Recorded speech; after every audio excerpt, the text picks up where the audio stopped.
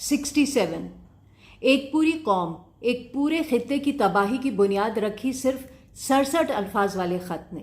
یہ وہ خط تھا جو 2 نومبر 1917 کو اس وقت کے برطانوی وزیر خارجہ آرتھر جیمز بیلفور نے برطانوی جوئش کمیونٹی کے سربراہ لارڈ والٹر روتھ چائلڈ کو لکھا اور اسے یقین دلایا کہ برطانوی حکومت فلسطین کی سرزمین پر ایک یہودی ریاست قائم کرنے میں زائنسٹ یہودیوں کی بھرپور مدد کرے گی۔ یہ خط کہلاتا ہے بیلفور ڈکلیریشن، اور اسی کی بنیاد پر برطانیہ نے صہیونی تحریک سے ایک ایسے ملک کا وعدہ کیا جہاں کی 90% آبادی مقامی فلسطینی عربوں کی تھی۔ پہلی عالمی جنگ اور سلطنت عثمانیہ کی ٹوٹ پھوٹ کے نتیجے میں فلسطینی سرزمین 1917 میں برطانیہ کے قبضے میں چلی گئی۔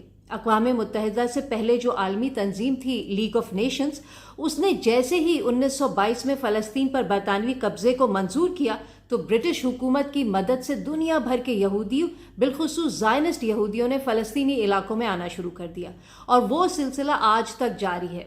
اس ٹائم پر برطانیہ نے فلسطینی زمینوں پر قبضہ کر کے یہودیوں کو دینا شروع کر دیا۔ برطانیہ نے ان یہودی قابضوں کے ساتھ مل کر کئی مسلح گروپس بنائے۔ ان جتھوں نے رات کی تاریکی میں فلسطینی گھروں پر چھاپہ مار حملے کیے، گھروں کو گرایا اور فلسطینیوں کی نسل کشی کی۔ جیسے ہی ابھی 7 اکتوبر کو اسرائیل فلسطین جنگ دوبارہ چھڑی تو کئی لوگوں نے کہنا شروع کر دیا کہ بھائی جب فلسطینیوں کے آباء و اجداد خود اپنی زمینیں بیچ کر گئے تو اب وہ کیوں اس پر لڑ رہے۔ بڑا ہی افسوس ہوا کہ لوگوں کو اپنی تاریخ ہی نہیں پتا، الٹا اس تاریخ کا فالس یا فیک ورژن ماننا شروع کر دیا ہے۔ انٹرنیٹ اور سمارٹ فونز کے اس دور میں لا علمی کا کوئی جواز نہیں ہے۔ فلسطینیوں کے آباء و اجداد نے اپنی زمینیں کسی کو نہیں بیچی، وہ زمینیں ان سے زبردستی چھینی گئی تھیں۔ صہیونی حملوں کی وجہ سے 1947 تک فلسطینی علاقوں میں یہودی آبادی بڑھ کر 33% ہو گئی تھی، لیکن ان کے پاس صرف 6% زمین کی ملکیت تھی۔ پھر ہوا 1948 میں النکبہ، عربی میں اس کے معنی ہے سانحہ۔ فلسطینیوں کی ملک بدری اور نسل کشی کو النکبہ کہا جاتا ہے۔ اس میں نیم فوجی مسلح زائنسٹ گروپوں نے فلسطینیوں کے 500 سے زیادہ شہر اور دیہات تباہ کیے، نسل کشی کے 70 واقعات میں 15,000 سے زیادہ فلسطینی ہلاک کیے، 7.5 لاکھ فلسطینیوں کو ان کے گھروں سے بے گھر کیا اور فلسطین کی 78% زمین پر قبضہ کر لیا۔ بقیہ 22% زمین وہ ہے جو اب مغربی کنارے اور غزہ پٹی میں تقسیم ہے۔ اسی نکبہ کے نتیجے میں یہودیوں نے 15 مئی 1948 کو اسرائیل کے قیام کا اعلان کیا۔ میری بات کا یقین نہیں آتا تو 2021 میں اردن نے ایک فلم بنائی تھی فرحہ، وہ دیکھیں۔ وہ ایک ایسی لڑکی کی سچی کہانی پر مبنی ہے جس نے اپنی آنکھوں سے نکبہ کے دوران صہیونی مظالم دیکھے۔ یہ فلم نیٹ فلکس پر دسمبر 2022 میں ریلیز ہوئی۔ اسرائیل نے ایڑی چوٹی کا زور لگا لیا تھا فلم کو روکنے کے لیے، لیکن سوشل میڈیا کے اس دور میں حقیقت چھپائی نہیں جا سکتی، فلم ریلیز ہوئی۔ اسرائیل میں یہودی ہولوکاسٹ سے انکار کرنا جرم ہے، لیکن فلسطینی ہولوکاسٹ النکبہ کے ذکر پر بھی پابندی ہے۔ مغربی میڈیا بھی زیادہ تر انہی کے کنٹرول میں ہے، اسی لیے آج لوگوں کو یہودیوں کا ہولوکاسٹ تو یاد ہے لیکن فلسطینی ہولوکاسٹ النکبہ بھول گئے۔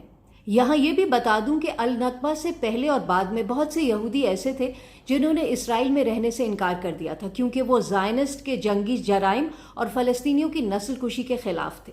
نامور یہودی ڈاکٹر اور مصنف ہیں گیبور ماٹے، وہ نازی جرمنی کے ہولوکاسٹ سروائیور بھی ہیں۔ کہتے ہیں کہ شروع میں ان کا بھی خواب تھا کہ یہودیوں کا اپنا ملک ہو، اپنی فوج ہو، تاکہ نازی کیمپوں کی تاریخ دہرائی نہ جا سکے، لیکن جب وہ وہاں پہنچے تو انہیں پتہ چلا کہ یہودی خواب کو حقیقت بنانے کے لیے انہیں مقامی فلسطینیوں کے ساتھ وہی کچھ کرنا ہے جو ہٹلر نے یہودیوں کے ساتھ کیا، کیونکہ مقامی آبادی کو ختم کیے بغیر یہودی ریاست کسی طور قائم نہیں کی جا سکتی تھی۔ آج اسرائیل دنیا کی واحد قابض طاقت ہے۔ جو لوگ کہتے ہیں کہ غزہ پٹی اور مغربی اردن دنیا کی سب سے بڑی اوپن ایئر جیلیں ہیں تو ان کے لیے عرض ہے یہ جیلز نہیں ہیں، یہ کانسنٹریشن کیمپس ہیں، بالکل ویسے ہی جیسے نازی جرمنی میں تھے۔ دنیا کہتی ہے النکبہ 2 سال جاری رہا، میں کہتی ہوں النکبہ کبھی ختم ہی نہیں ہوا۔ فلسطینی اپنے باپ دادا کے گھروں کی چابیاں آج بھی گلے میں لٹکا کر رکھتے ہیں کہ کہیں دنیا فلسطینی ہولوکاسٹ بھول نہ جائے، بالکل ویسے جیسے پوری دنیا بیلفور ڈیکلیریشن کے 67 الفاظ میں سے وہ 23 الفاظ ٹوٹلی بھول چکی ہے جو کہتے ہیں واضح رہے کہ کوئی ایسا کام نہیں ہوگا جس سے فلسطین کی غیر یہودی آبادی کے شہری اور مذہبی حقوق کو نقصان پہنچے۔